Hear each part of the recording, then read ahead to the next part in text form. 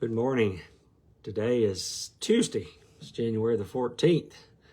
It's a cold morning, but sunshine is beautiful. They're saying beginning maybe Sunday or Monday or Tuesday of next week that we may have some more snow and ice, but we'll just have to wait and see. This week, Adam Fawn is leading us in our reading from John chapter 2, with the title of Destroy This Temple. Yesterday we looked at It Was Destroyed. Here's the title for today, and see if you can figure it out just by the title. 46 verses 3. What? Think of destroying the temple and Jesus saying that in 3 days he'll raise it up. Today's scripture comes from Isaiah chapter 52. Verses 13 through 15. Here's what he writes. And this is an important lesson. This is an important lesson when we are in the moment of eating the bread and drinking the fruit of the vine, when we're having communion with God and with Jesus and with His Spirit, and when we're having communion with one another in the church. Listen to this. When asked for a sign, Jesus gave the sign of the temple. He stated, "Destroy this temple in 3 days, and I'll raise it up." John chapter 2 and verse 19. The people, we are told, were shocked by his words and connected them to the length of time it had taken to construct the temple, 46 years. And now Jesus is saying he will raise it from rubble in just 3 days. Yesterday, we looked at that idea of rubble, complete rubble, torn down completely.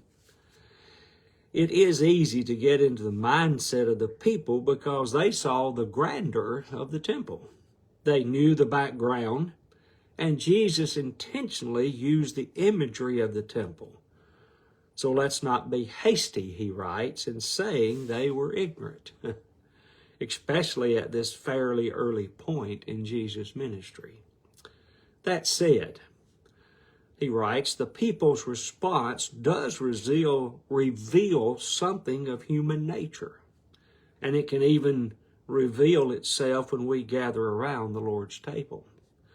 The Lord gave us physical elements to partake of during communion. Stated bluntly, we eat crackers and drink grape juice. Those are physical things and common ones at that. As the Jews were familiar with the temple, we're familiar with those two common items. As such, we must think and concentrate deeply. If we're not careful, we can quickly eat and drink and not get past the physical nature of the emblems. Our minds can focus, our minds can focus on the taste. This grape juice is bitter this morning. Remember taking some grape juice that is bitter? Or the logistics. What do I do with the cup when I'm done?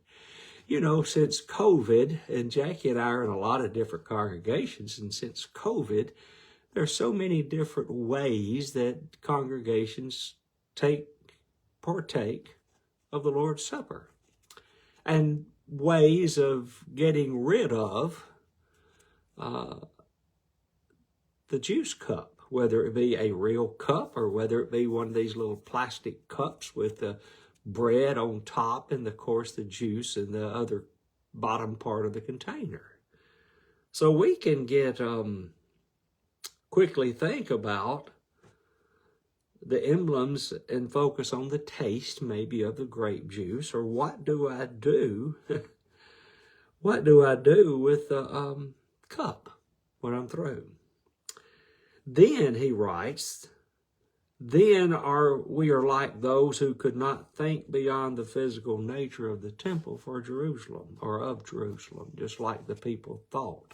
Why, it took 46 years to build this temple, and in 3 days you think you're going to raise it up? He writes, but we must get past that physical thoughts, those physical thoughts.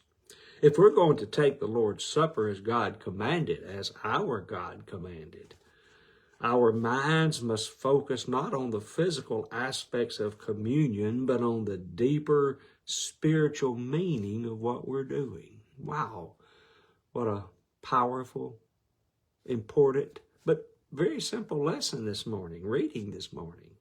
He concludes with today I will focus my attention on the spiritual aspects of the Lord's Supper instead of the physical and logistical aspects of it. Wow. We must do that. You know, we shouldn't be, but if you look around and you see the fruit of people's lives and just how some of them partake, I'll never forget one time waiting on the table. This is when I was preaching at a congregation, waiting on the table, and I was going from the back to the front. Some would go from front to back. I was one of the ones going from back to front, and come up on this lady and daughter, and they had their iPad open. We had eaten the bread, and we was passing the juice, and they had their iPad open, and they were looking at patterns, dress patterns.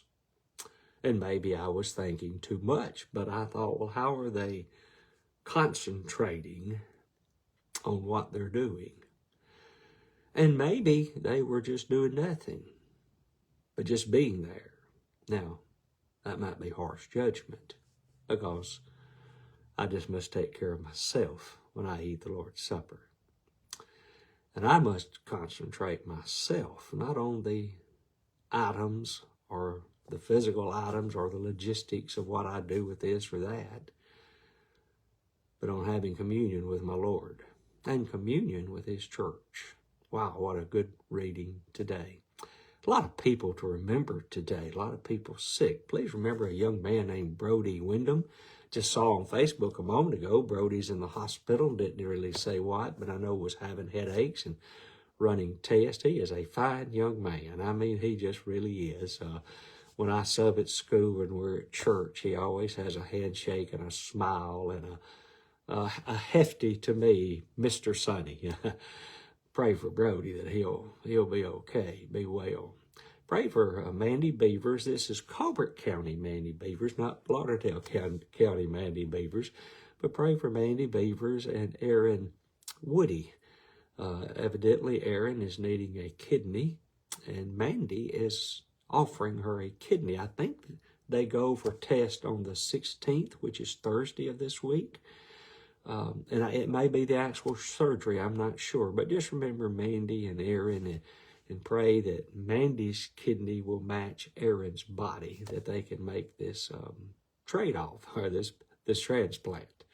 But pray for this. Pray for these two ladies and their families. And pray for our great niece, Liberty Ann.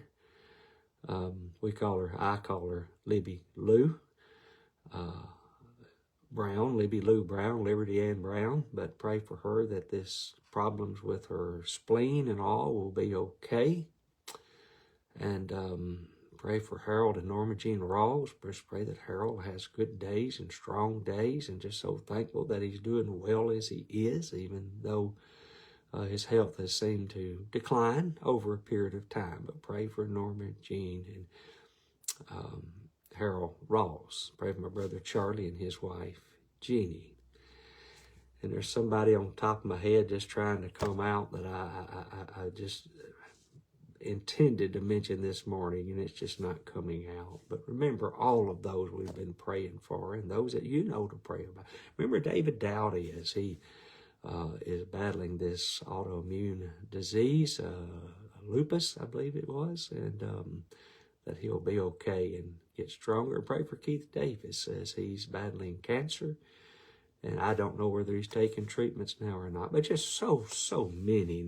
Let's be sure and pray fervently, faithfully, and pray in faith that these folks can not just be well, but can get well and be well. Hope you have a good day and enjoy the day and be a blessing. See you tomorrow.